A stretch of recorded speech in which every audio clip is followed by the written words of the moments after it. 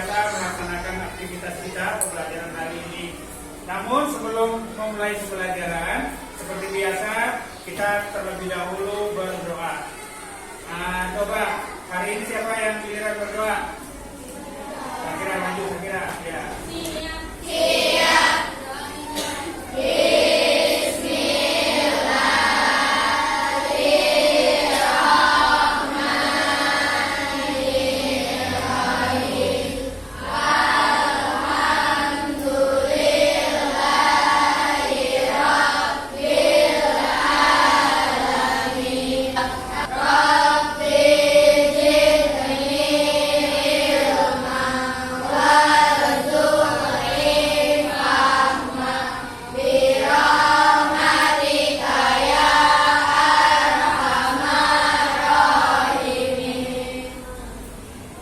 Ya, baik. Setelah berdoa, kita menyanyikan lagu Indonesia Raya. Ya. Nah, kita menyanyikan semua berdiri. Menyanyikan lagu Indonesia Raya dulu. Kamu dirikan. Hiduplah. Ya.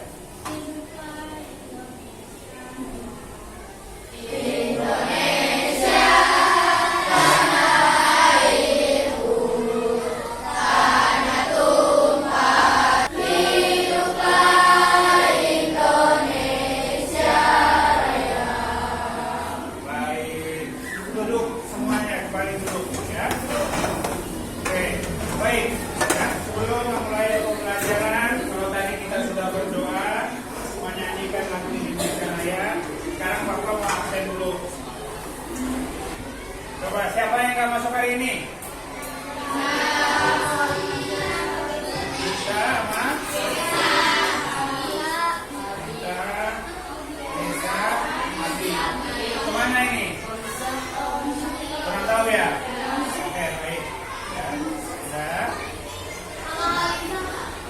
Oke, baik. Gak apa-apa, mungkin mereka belum memberitahukan ke Pak Guru. Harusnya kalau nggak masuk itu tanpa ditanya, itu wajib memberitahu kepada Pak Guru atau Ibu Gurunya. Jadi nanti kalau kalian udah di SMP itu jangan membiasakan masa bodoh. Ya, belajar etika. Oh ini jujur. Kita akan melanjutkan pembelajaran kita, yaitu tema 7, subtema 3, yaitu ayo memimpin. Nah, sekarang Pak Guru mau tanya,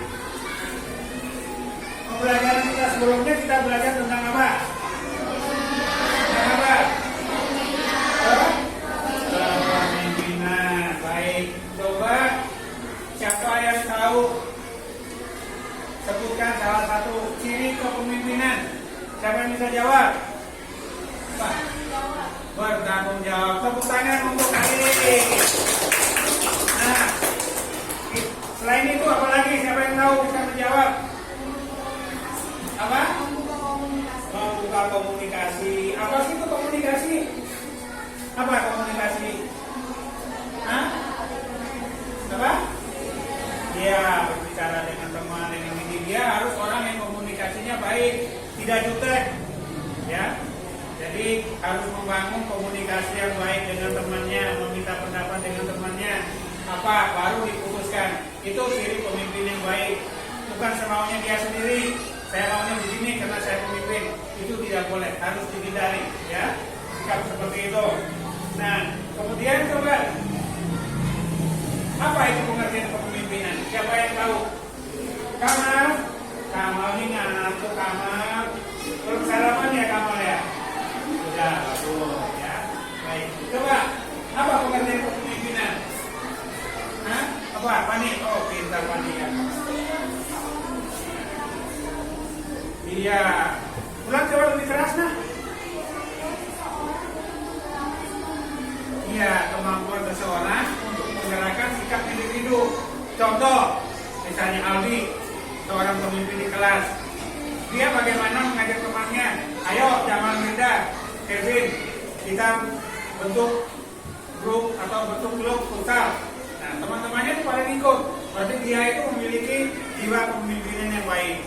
Bagaimana mengajak temannya supaya Kamal ikut, supaya Kafka ikut.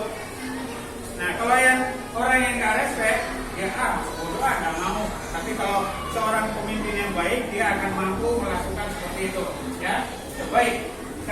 hari ini kita akan belajar tentang ayo memimpin, ya. Nah, lanjut dari pelajaran yang lalu.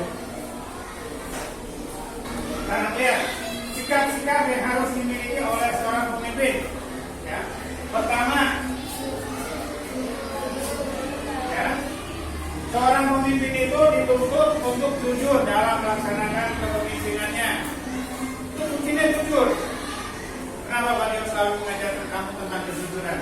Supaya kelak kamu akan menjadi pemimpin yang baik. Mulai dari hal yang kecil, dari absen tuh yang biasanya guru sering marah-marah. Ini tahu-tahu pada sakit, apalagi kalau hari Sabtu, banyak banget alasannya sakit. Senin sampai Jumat, ini kamu lihat ternyata ada di pembelajaran. Nomor satu lagi, modal utama itu jujur. Dimanapun kelak nanti kamu bersekolah atau kamu bekerja, modalnya itu. Kalau kamu udah nggak jujur, kamu nggak akan dipakai. Ya, itu yang saya terapkan ke anak-anak saya bertiga yang kemarin kerja. Ya, puji Tuhan, alhamdulillah di pekerjaan dipakai. Karena jujur, nggak mau neko-neko. Ya.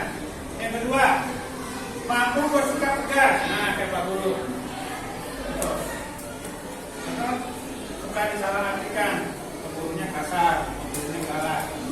Kalau namanya kasar, kecuali Pak Guru itu namanya kamu, cubit kamu, atau gending sama anak perempuan. Kan banyak guru laki yang begitu. Ya.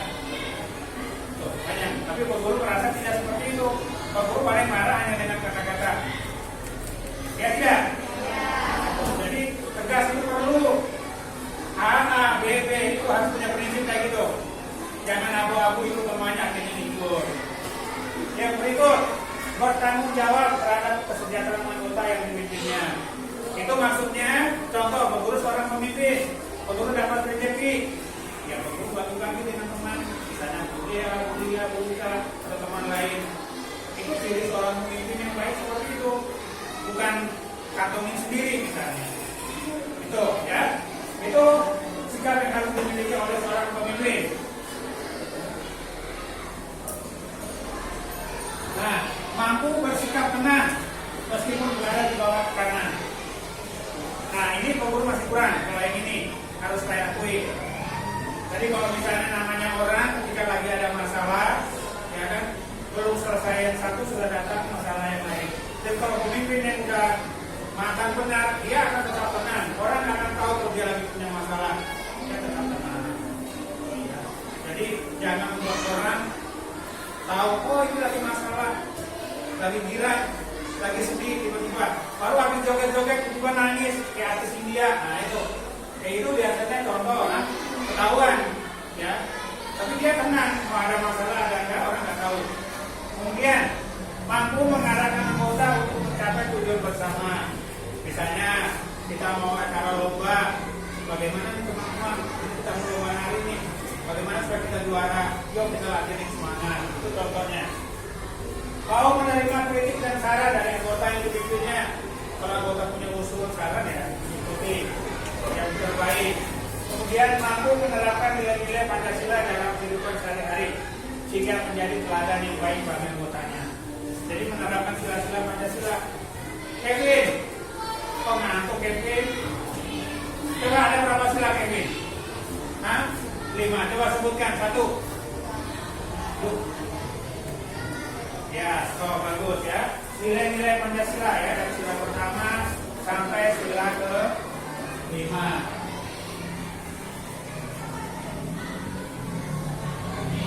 Nah, ya. Seorang pemimpin juga perlu menerapkan nilai-nilai gotong royong dalam kehidupan sehari-hari. Kita tidak bisa hidup sendiri. Tidak ada manusia yang serba bisa. Tanpa tetangga, tanpa teman, saya bisa nggak bisa. Ya. Semua harus bergotong royong. Nah, contohnya nilai-nilai gotong royong. Bekerja bakti dalam membersihkan lingkungan. Pernah nggak di lingkungan kamu ada kegiatan kerja bakti? Pernah nggak kamu ikut? Nah, yang ada masih tidur, bapak-bapaknya masih kerja bakti. Pernah nggak? Ya, ikut itu bukan berarti kamu harus ambil pacul, ambil sapu, tidak. Kadang-kadang mungkin menyiapkan. Saya kira ini bapak ini buat bapak-bapak di sana lagi kerja bakti. Bapak itu udah bagian dari gotong royong. Udah asik main game.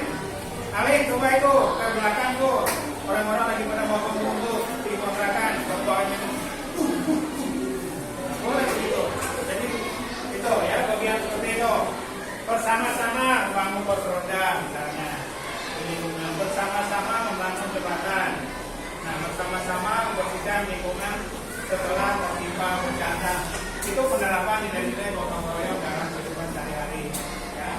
Nah, sekarang coba kamu lihat di buku kalian itu, ya, di halaman 90, kan? Halaman berapa? Coba. Nah, 100. Ya. Nah, coba secara berkelompok.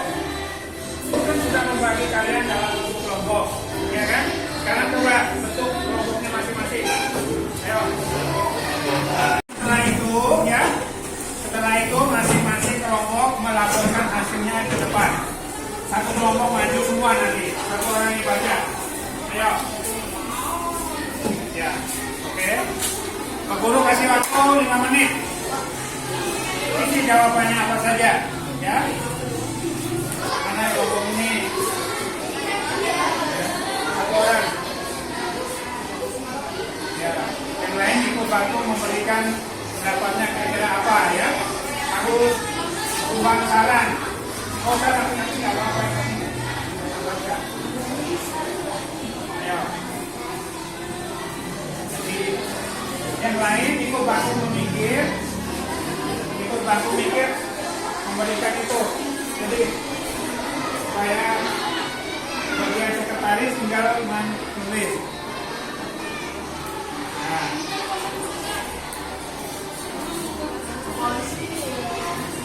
Nah, kelompok ini sudah.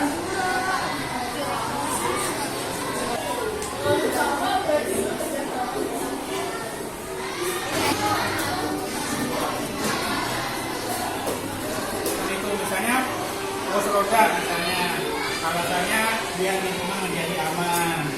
Misalnya membangun membersihkan lingkungan saluran air supaya tidak terkena petani sehat. Jadi kamu memberikan kegiatan itu apa? Alasannya apa? Ketika itu kita jabarkan.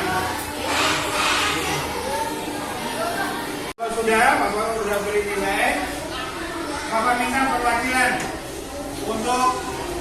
perwakilan kelompok untuk menyampaikan hasilnya di depan. Dan teman yang lain juga mengikuti. Ya, boleh bacanya bergantian atau boleh satu orang aja yang membaca. Nah, yang pertama maju kelompoknya aja. Iya kan, kelompok semuanya maju. Jangan ngobrol sendiri ketika temannya menyampaikan hasil diskusi kelompoknya. Itu cermin dari bagian menghargai orang lain yang sedang berbicara, termasuk ke dalam nilai-nilai Pancasila, saling menghormati. Supaya nanti ketika kamu juga menyampaikan, temannya juga mendengarkan. Bisa? Oke, baik. Kamal, kelompoknya Kamal. Kami kegiatan sekolah yang dilakukan gotong royong halaman membersihkan kelas akan menjadi bersih dan nyaman, membersihkan halaman kelas. Halaman sekolah terasa ringan dan dikerjakan bersama-sama. contoh gini, ya, nggak apa-apa. Tepuk tangan dulu untuk Kamal. Oke, untuk kelompok yang lain, cara melapornya begini. Kami kelompok 2. Kegiatan di sekolah yang membutuhkan gotong royong. 1. Membersihkan kelas. Alasannya ini. 2. Membersihkan halaman kelas. Ini membersihkan kelas semua ini. Kayak nggak ada yang lain ya. Kan banyak kegiatan yang bisa dilakukan dengan gotong royong. Ini sama-sama membersihkan kelas, membersihkan halaman kelas. Coba gimana? Apa bedanya kelas sama halaman kelas? Tapi tidak apa-apa. Baik. Lanjut kelompoknya Alin. Kami dari kelompok 3, kegiatan sekolah yang membutuhkan gotong royong. 1. Membersihkan kelas. Alasannya kelas akan menjadi bersih sehingga suasana belajar menjadi nyaman. 2. Membersihkan halaman sekolah. Alasannya membersihkan halaman sekolah agar terasa ringan apabila dikerjakan bersama-sama. Ya, baik. Tepuk tangan untuk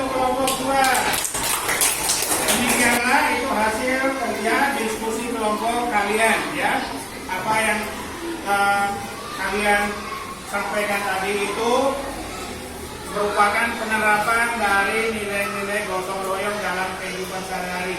Jadi banyak sekali yang bisa dilakukan dengan bergotong royong. Ya, membangun jalan. Kamu lihat kan, kadang-kadang kita lewat, oh jalannya lagi dicor, itu gotong royong. Gak bisa lewat nih, harus muter. Jadi tidak hanya di sekolah saja gotong royong. Lebih banyak di lingkungan rumah. Bangun jembatan. Ya, itu contohnya. Membangun pos ronda di perumahan-perumahan yang baru supaya aman lingkungannya. Bagaimana penerapan nilai seorang pemimpin kepemimpinan dalam yang sesuai dengan nilai Pancasila? Bagaimana penerapannya? Yang pertama, bertanggung jawab. Bertanggung jawab saat mengerjakan tugas. Kemudian bekerja sama secara baik dengan orang lain. Mampu membuat keputusan atas suatu masalah. Itu penerapan nilai kepemimpinan. Nah, sekarang bagaimana kaitannya dengan penerapan nilai kekeluargaan sesuai Pancasila? Elsa, perhatikan ke sini Elsa. Coba yang terbaca. Apa yang pertama?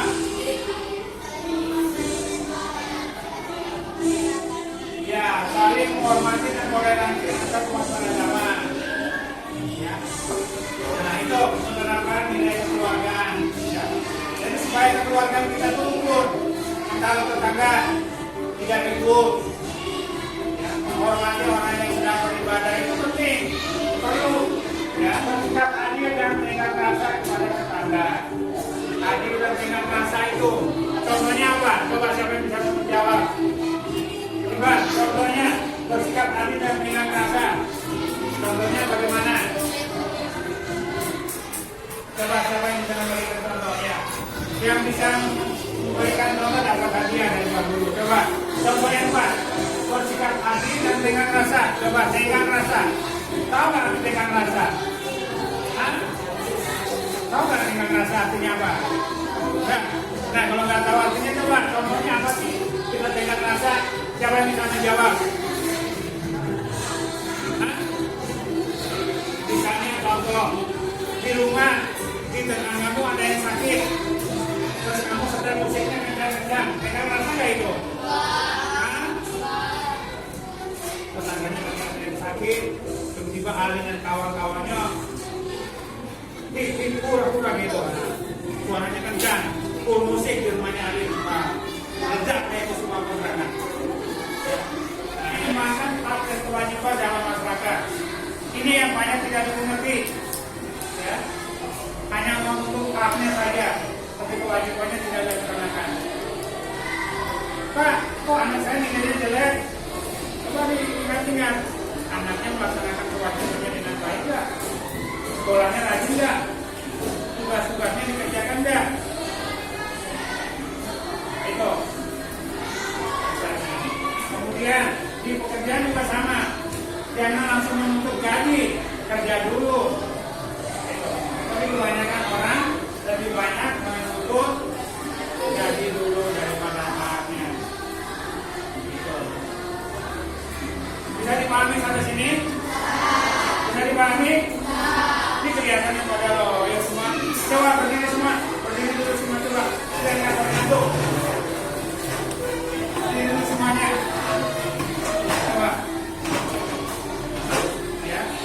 Coba kita mau gini. Kalau guru bilang tepuk semangat. Coba.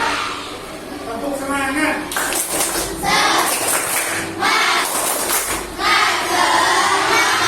Siapa kita? Siapa kita? Hah? Kita siapa? Hah? Siapa kita? Kamu jawabnya kelas 6A. Siapa kita? Siapa kita? Siapa kita? Kalau saya bilang satu, kalau dua, terus ke temannya kiri kanan. Oke? Satu, sama-sama satu, dua, dua.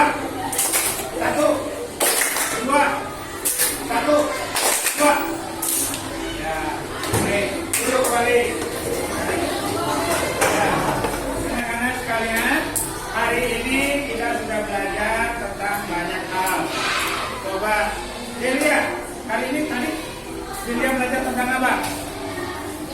Tentang kepemimpinan. Coba Ajam, Jamal Mirdad. Ciri-ciri kepemimpinan. Bersikap tegas. Terus alim. Ada lagi? Apa lagi? Bersikap. Kemudian coba penerapan nilai-nilai Pancasila dalam kehidupan sehari-hari. Contohnya apa?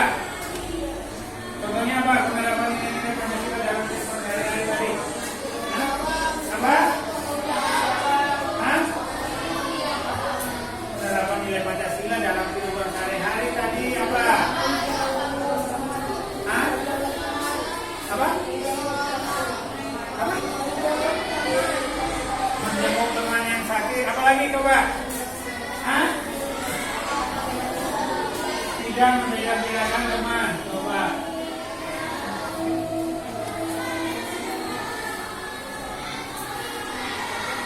Nah ini. Sikap dengan sendiri teman tadi. Jujur, tegas, ya, tanggung jawab. Nilai kepemimpinan, tanggung jawab.